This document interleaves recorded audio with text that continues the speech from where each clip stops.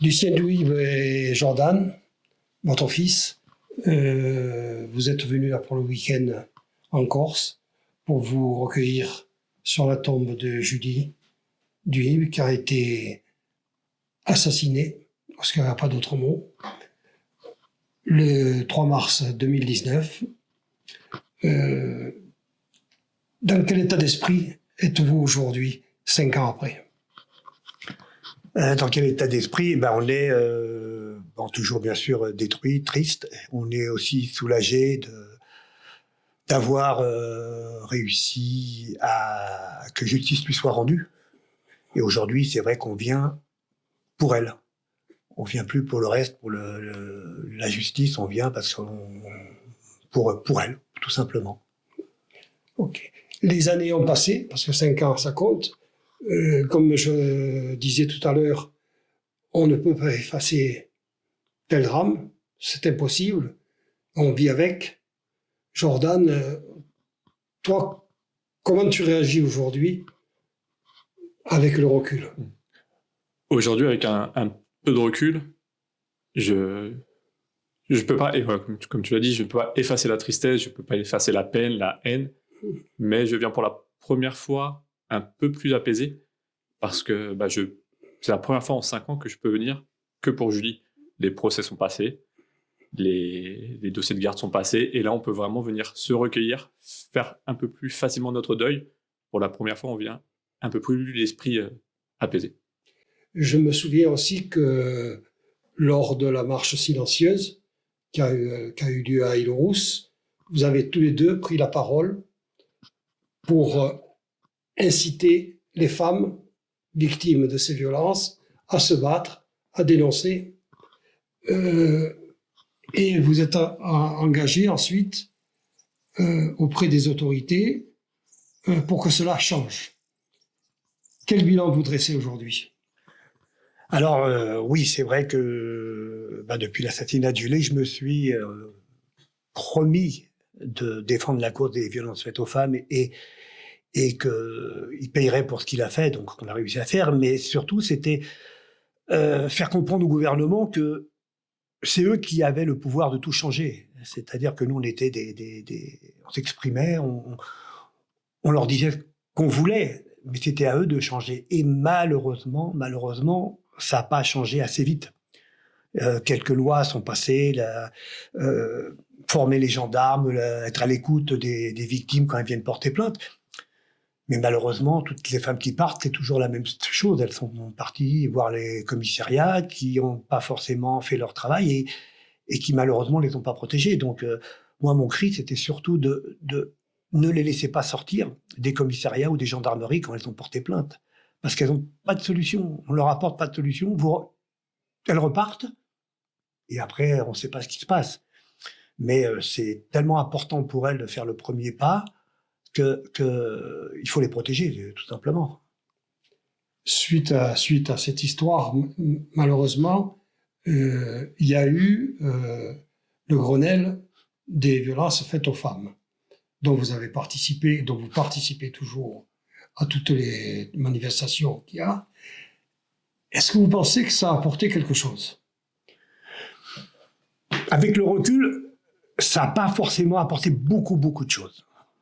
Alors c'est vrai encore une fois qu'on nous a expliqué que les gendarmes étaient à l'écoute, qu'ils étaient formés, malheureusement il y a de plus en plus de plaintes de femmes violentées, mais le résultat aujourd'hui, 5 ans après, c'est toujours le même.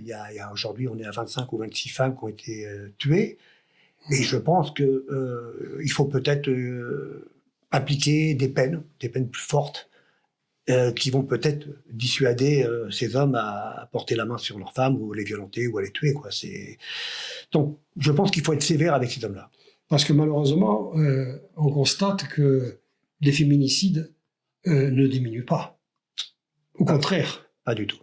Toutes les années, on constate qu'il y en a de plus en plus et de plus en plus rapprochés. Donc, qu'est-ce qu'il faut faire aujourd'hui pour que cela cesse? Parce que il faut vraiment que ça cesse. Pour moi, ce qu'il faudrait faire pour que ça cesse, c'est faire très simplement appliquer les peines, appliquer la loi. Parce que les lois existent pour punir les auteurs, les lois d'assassinat, mais aussi de violence verbale, physique. La loi prévoit une peine d'enfermement. Et je pense que en étant strict et systématique dès le début, un homme qui est en prison 3 ans ne pourra pas tuer sa femme le lendemain. Oui. C'est très logique, en fait. Et à nos yeux, et en tant que victime, ça nous paraît tellement simple et évident, les choses qui sont à mettre en place, qu'on a du mal à comprendre pourquoi, après le Grenelle, finalement, on a avancé, mais c'est qu'un petit début. Alors que les lois existaient déjà avant. Nous, on demande juste à ce qu'elles soient appliquées de manière simple et systématique. Bien sûr. Votre combat aujourd'hui, c'est quoi?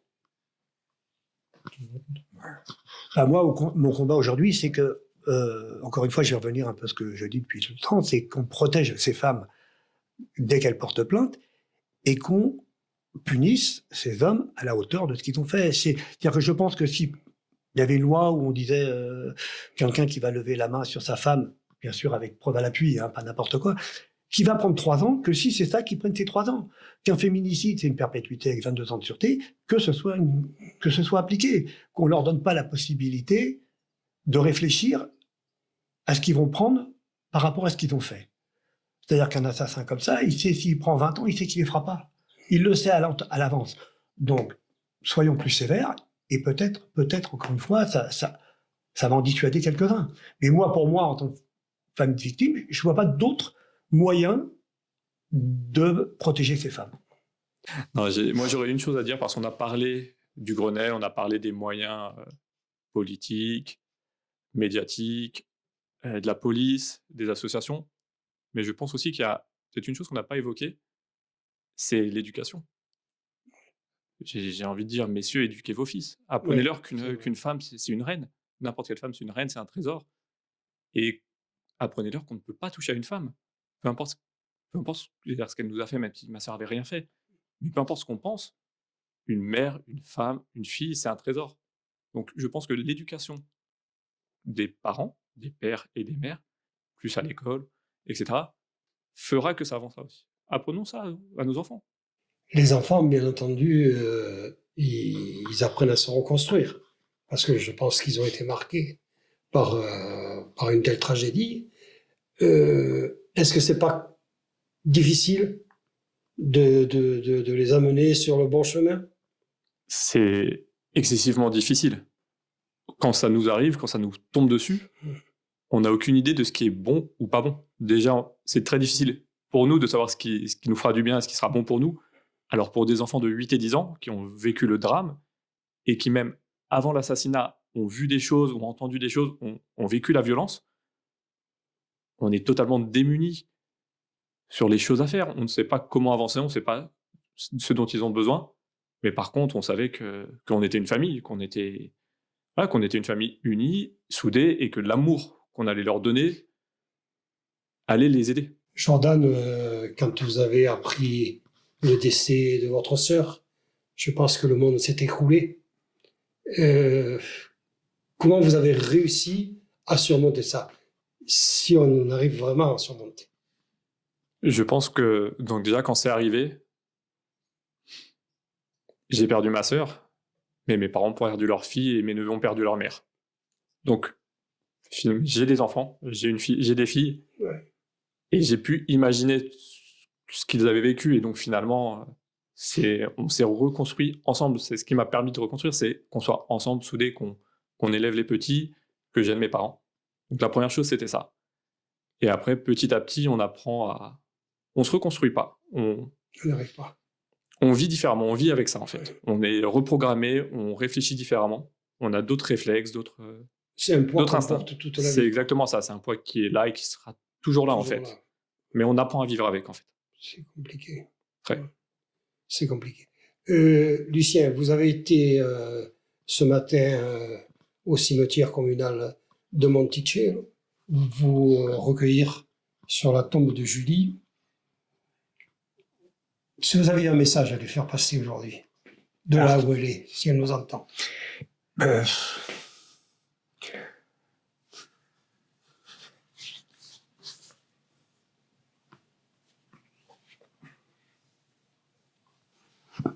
Alors, Le premier message, c'est que je lui avais promis, sur sa tombe, qu'il payerait. Il payerait pour ce qu'il lui a fait, qu'on s'occuperait de ses enfants. Et j'ai voulu lui dire aujourd'hui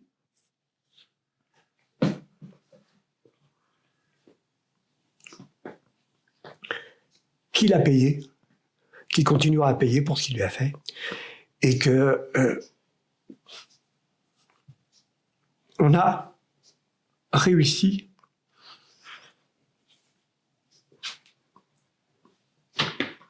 à donner à ses enfants une nouvelle vie.